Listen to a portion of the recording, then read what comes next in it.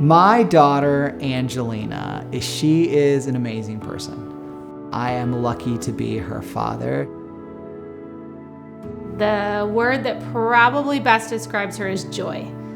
She is a very, very joyful person. Logan is a very kind, considerate, caring, compassionate boy who is very intelligent and spiritual. He's adventurous, he's intelligent, he's creative.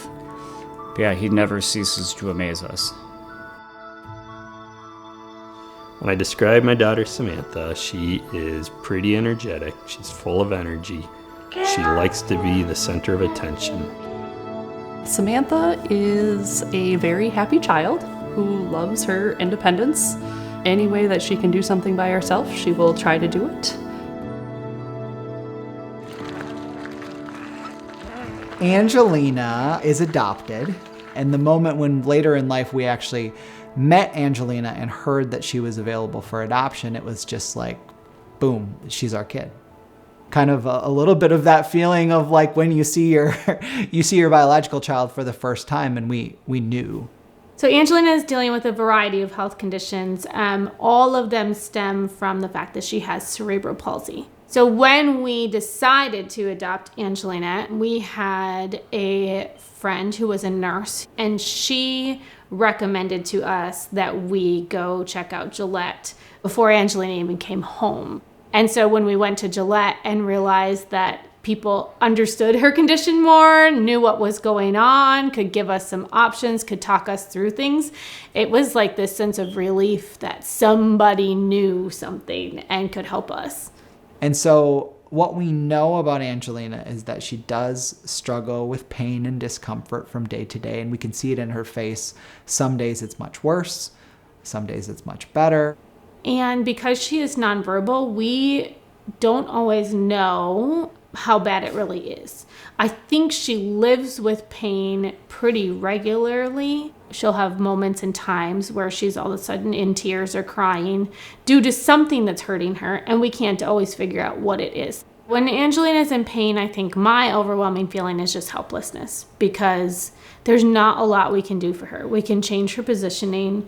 We can, try to give her some medication, over-the-counter kind of stuff, but it doesn't usually really help much. There's definitely days where it just feels like it's never going to change. This is just going to be life forever. It means a lot to us as parents that organizations like Gillette will take special interest in our child. They are willing to put resources, time, effort into exploring how to get better at treating people like Angelina. I would want healthcare providers to know that solutions to pain will greatly improve people's lives. And that just because we're not in your office every week telling you that our child is in pain doesn't mean it went away. It means we're probably just muddling through. Because that's what we tend to do when there is something that there aren't solutions to. Just as a father of a child with special needs, with cerebral palsy, we're just really grateful that people are working, serving kids like mine. Logan never misses an opportunity to make you laugh. He loves sports. He always has loved hockey. And we're not from a hockey family, but he picked it up young.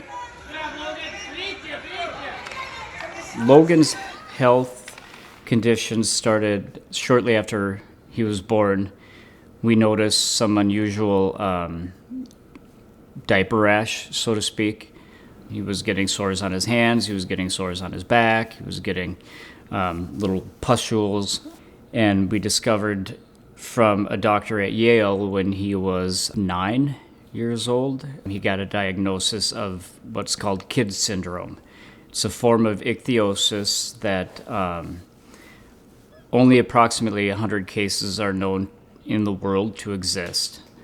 So I have KIDS syndrome, which is a genetic mutation, and it's an acronym. The K is for keratitis, which is a disease that affects your eyes. I am fortunate and my eyes are fine. The I is ichthyosis, which is a more common skin disorder, which can lead to scaling, open wounds, dryness, lots of different things. I don't have scaling, I mostly have the open wounds, and that's where I'm affected most out of Kid syndrome. And the D is deafness, and I am hard of hearing. Oh, the chronic pain and has had a huge impact on Logan's life. He, by all appearances, looks like a normal child, except for his wheelchair and his lack of mobility that has happened over time now as a result of this. Most of his sores you can't see. So the backs of his legs are very eroded, his feet are very bad, which has really limited his mobility. And along with that comes a lot of infections and a lot of pain. We got in touch with someone at Gillette for doing biofeedback and mindfulness. When we first started seeing Dr. Dahlberg, Logan was still able to walk some, and he would skate. And Dr. Dahlberg says, "Logan, how can you skate?" And Logan said, "Well, skating's fun. When I'm on the ice, I don't think of my pain." So one of the biggest things Dr. Dahlberg has helped me with is the mindfulness skill, because I told him that I like playing hockey, and that helps me get my mind off the pain. But so if I can't physically play hockey, he tells me to mentally play hockey. So I can imagine playing hockey or shooting the puck, and he would tell me that my pain is the puck and I want to hit it away as far as I can. And that helps a lot.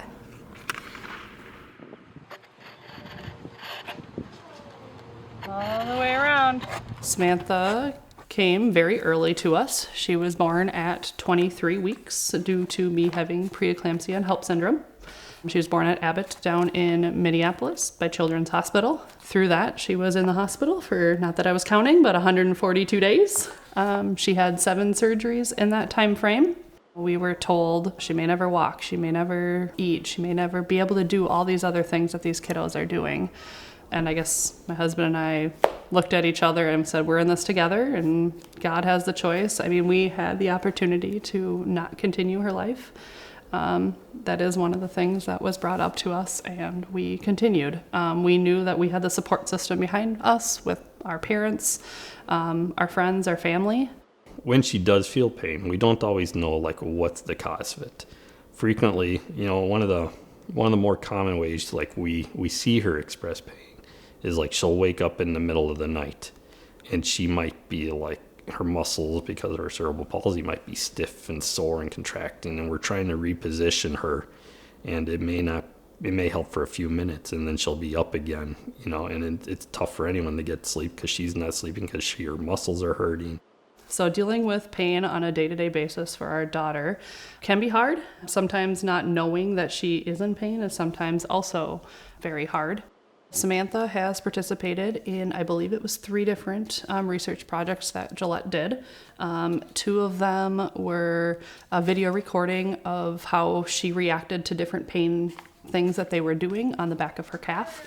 The other main one that we recently did was she just had a double hip surgery done a 1.5 years ago. And a lot of that was pain management after a major hip surgery and what kind of pain she was in, what kind of drugs she was on to help maintain that pain. I think the best part about being Samantha's dad is seeing her overcome the challenges that she's had so far.